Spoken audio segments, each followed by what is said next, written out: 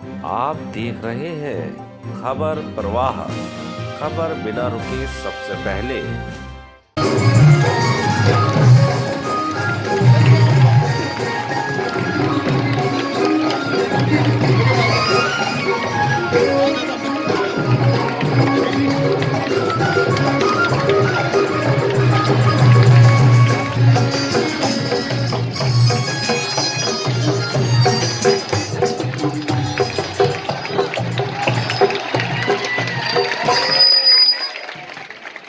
Pandit Govind Vallabh Pant intermediate college Kashipur की। और आप यशपाल आर्य जी माननीय नेता प्रतिपक्ष सभी से मिल रहे हैं। बच्चे एक बार पुनः तालियों से स्वागत करेंगे अपने मुख्य अतिथि का। मेरा निवेदन हमारे मुख्य अतिथि जी से कृपया वो अपना स्थान ग्रहण करेंगे।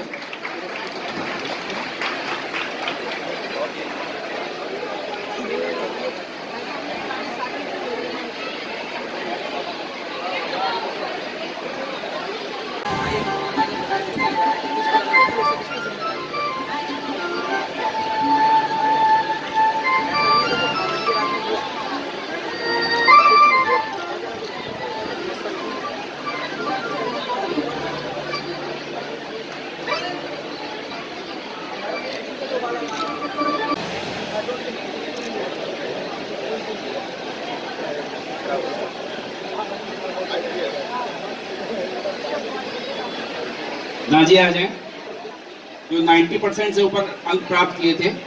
ईशा आ जाएंगे, अपना पुरस्कार प्राप्त कर लेंगे। हर्ष कुमार आ जाएंगे, इंटरमीडिएट बैच 16-17 के टॉपर थे और वर्तमान में सैमसंग में जॉब कर रहे हैं। जिंटू कुमार, दीपेश,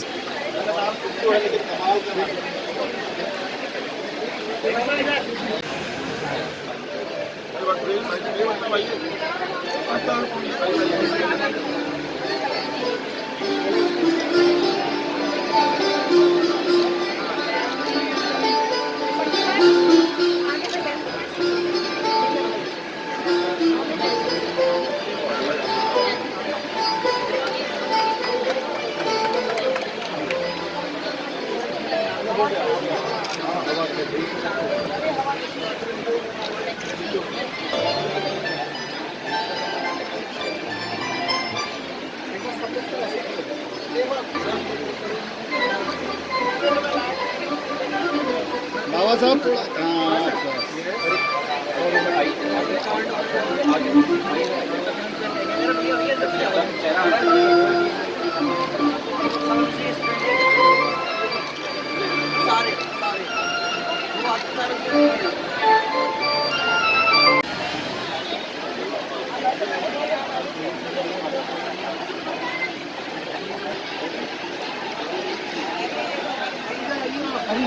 सभी बच्चे अपने स्थान पर बैठ जाएंगे। ये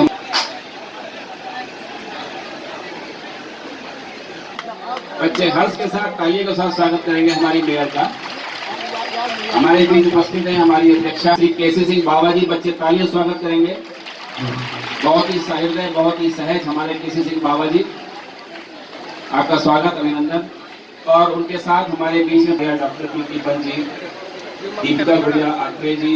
मामले में क्या सरकार ठीक तरीके से काम कर रही है? देखिए, मैंने पहले ही कहा है और ये देवभूमि है। ऋषिकेश हमारी संस्कृति का उद्गम है और जिस तरह से एक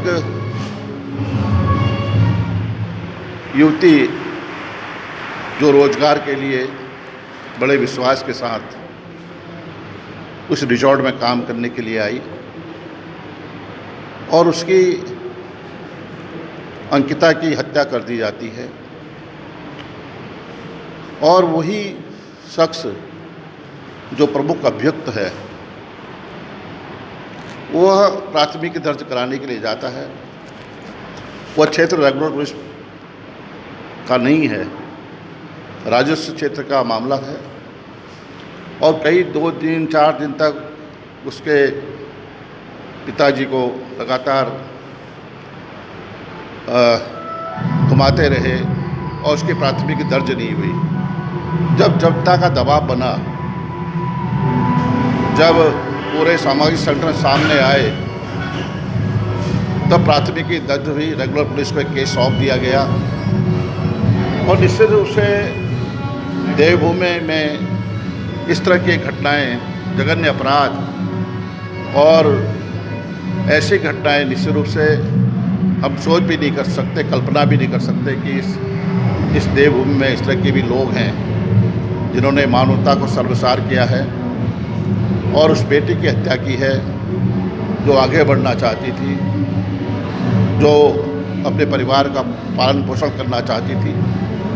और निश्चित रूप से यह कहने में भी कोई संदेह नहीं है कि प्रशासन ने अगर चाहा होता, यह केस पहले ही खुल चुका होता। कहीं न कहीं राजनीतिक दबाव प्रशासन पर रहा, उसकी हत्या को दबाने की कोशिश की गई, आखिरकार वो सफल नहीं हुए। और इसका उसका जो दम्भ है वो पहले ही भी वांछित रहा है, जो मुख्य अभियुक्त है कई मामलों में वांछित रहा है, कई मामलों में उसके खिलाफ केस दर्ज हैं और राजस्व पुलिस ने उसका विश्वास किया और आखिरकार जब जनता का दबाव बना तब उसकी गिरफ्तारी हुई और ये मामला साफ, खुली किताब की तरह साफ हो गया कि इसमें इन लोगों ने किस तरह से बर्बरतापूर्वक उसकी हत्या की और मामले को दबाने की कोशिश की।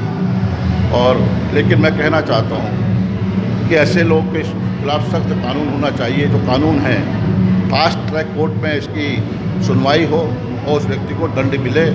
यही सबकी मांग है, यही हमारा कांग्रेस का भी यही कहना है। 45 से गिरफ्तारी ज़्यादा होने के बावजूद ये जो पूरा प्रदेश भर में जो गड़बड़ाया हुआ है, आप लोग क्या मानते हैं कि इसमें सफेद दोष है या सरकार अपनी इस तरह से मदद से काम नहीं कर रही है? देखिए, कांग्रेस ने हमेशा इस बात को कहा है, अधीनस्थ चयन सेवा आयोग या जो अन्य एजेंसीज हैं, जो संस्थाएं हैं, उसमें जो भ्रष्टाचार हुआ है और उसमें जिस तरह से नियुक्तियाँ की गई हैं, फर्जीवाड़ा हुआ है, पैसे का खेल हुआ है और यह मामला अभी SIT इसकी जांच कर रही है। हमारी मांग है कि माननीय उच्च न्यायालय के न्यायाधीश, वर्तमान न्यायाधीश के देखरेख में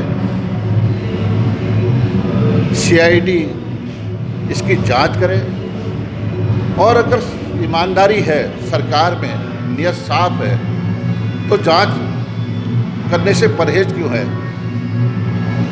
CBI जांच हो और हाई कोर्ट के माननीय उच्च न्यायालय के वर्तमान न्यायाधीश उसकी देखरेख करें। जब विधानसभा में की भर्तियों को निरस्त किया जाता है, तत्काल कार्रवाई होती है, लेकिन यह मामले में इतनी तेज़ी क्यों नहीं दिखाई जा रही है? कहीं न कहीं जो असली चेहरे हैं, जो मुख्य आरोपी हैं, उनको बचाने की सरकार कोशिश कर रही है। हम कहना चाहते हैं कि यह मामला, यह युवाओं के भविष्य के साथ खिलवाड़, हम इसमें कोई सियासत नहीं करना चाहते हैं, कोई राजनीति नहीं करना चाहते हैं, लेकिन जिस तरह से आज का नौजवान कुंठित है, हताश है, सड़कों पर उतरने को बाध्य है, तो कांग्रेस चुप नहीं बैठेगी। कांग्रेस की लड़ाई में, न्याय युद्ध में नौजवानों के साथ है, यही मैं आपसे कहना चाहता हूँ। देखिए, मेरा कहना यह है कि अगर सरकार ईमानदार है, जो मुख्य आरोपी हैं, मैं तो ये भी कह रहा हूँ, मैंने कहा है, व्यापम घोटाले में जो एजेंसी ब्लैक लिस्टेड है, क्या मजबूरी थी कि उसको अधीनस्थ चयन सेवा आयोग में जो परीक्षाएं हो रही थी, उसके द्वारा परीक्षाएं कराई गई हैं। इससे बड़ा आरोप क्या हो, इससे बड़ी सच्चाई क्या हो सकती है? तो ये मान लीजिए कि आखिरकार सरकार क्यों ऐसी एजेंसीज को जो ब्लैक लिस्टेड है, जो ब्लैक लिस्ट है, जो काली सूची में जिसको शामिल किया गया है, उससे परीक्षाएं कराने का क्या उचित था, क्या इसकी मजबूरी थी, बताए सरकार।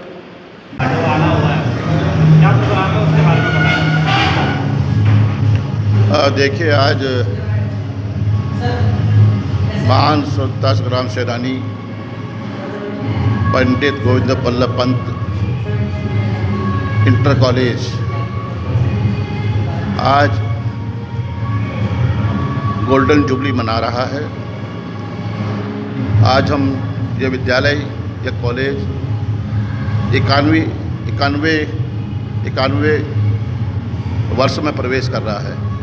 50 वर्ष पूरे हो चुके हैं और निश्चित रूप से काशीपुर स्वतंत्रता संग्राम सेनानियों की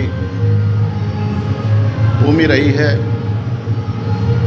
और शिक्षा के क्षेत्र में हमारे महान स्वतंत्रता संग्राम सेनानी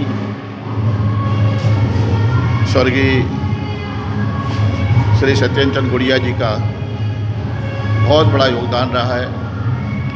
और ये जो इंटर कॉलेज है जिसका उल्लेख हमारे प्रधानाचार्य जी कर रहे थे, ये ब्रिटिश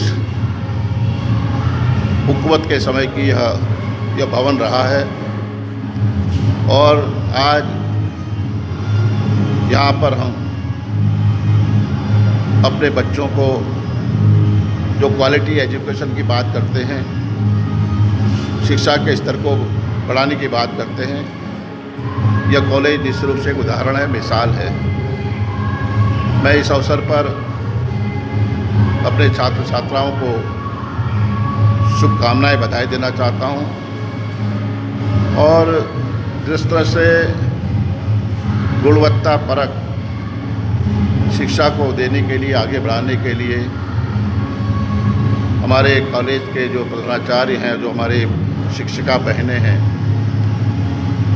उनका एक योगदान है। मैं उनको भी शुभकामनाएं देना चाहता हूँ और यकीनन हमारे जीवन में शिक्षा का बहुत महत्व है। शिक्षा से ही महान बनते हैं और विचारों से ही हमें प्रेरणा मिलती है आगे बढ़ने की।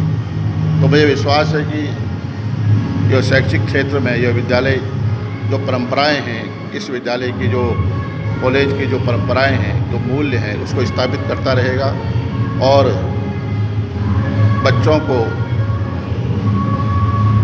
उनके अंदर चरित्र निर्माण, देश प्रेम और मानवता, इंसानियत के लिए प्रेरित करेगा। ये जो गोविंद बल्लभ पंत इंटर कॉलेज आप देख रहे हैं, ये परिसर तो इसमें जो शिक्षा और विद्या का मंदिर है वो तो लगभग 100 वर्षों से भी पुराना है, लेकिन हम आज मना रहे हैं पंडित गोविंद बल्लभ पंत इंटर कॉलेज की 51वीं वर्षगांठ। वैसे तो ये लास्ट ईयर मनाने का हमारा प्लान था, लेकिन कोविड की वजह से हम नहीं मना सके, इसलिए इस बार हमने इसको स्वर्ण जयंती समारोह के रूप में मनाया है, जिसमें हमारे मुख्य अतिथि नेता प्रतिपक्ष माननीय श्री यशपाल आर्य जी हैं और हमारे बच्चे बहुत उत्साहित हैं। उनके लिए तो समझिए जो फेस्टिव सीज़न है वो आज से शुरू हो गया है, ये महापर्व है उनके लिए। बच्चों ने बहुत बढ़ चढ़ के सांस्कृतिक कार्यक्रमों की जो तैयारियां की हैं उसको परफॉर्म किया और पूरे स्टाफ में बहुत ज़्यादा खुशी और बहुत जश्न का माहौल है। और मुझे भी आज बहुत ज़्यादा खुशी है कि मेरे पिता ने जिस संस्था को निरंतर आगे बढ़ाने में अपना जीवन का बहुत बड़ा समय लगाया, वो निरंतर आगे बढ़ रही है और ईश्वर की कृपा आप देख ही रहे हैं, प्रकृति की कृपा आप हम पर देख ही रहे हैं। छोटे छोटे बच्चों की मेहनत पर ईश्वर ने जो अपना आशीर्वाद बरसाया है, प्रकृति ने जो अपना कर्म दिखाया है, उसके लिए मैं ईश्वर की भी दिल से आभारी हूँ। उस परम पिता को बहुत बहुत मैं धन्यवाद देती हूँ। बहुत बहुत आप लोगों का भी बहुत धन्यवाद कि आप आते हैं और हमारे छोटे छोटे कार्यक्रमों को बहुत विस्तार देते हैं। स्कूली बच्चों को हमारे बच्चे अलग अलग क्षेत्रों में नाम कमा रहे हैं। इसरो में हमारा बच्चा गया है, ताइक्वांडो में राष्ट्रपति पुरस्कार से नवाजा गया है, इसके अलावा PCS, IAS में बच्चे जा रहे हैं, IIT में बच्चों का चयन हो रहा है। तो उन सभी बच्चों को, इसके अलावा खेलकूद में, डिबेट प्रतियोगिता में, सांस्कृतिक कार्यक्रमों में निरंतर बच्चे कोई ना कोई प्लेस लेकर आ रहे हैं। तो आज ये एक मौका था कि सब बच्चों को तो नहीं कर पाए, कुछ चुनिंदा बच्चों को यहाँ सम्मानित किया गया है।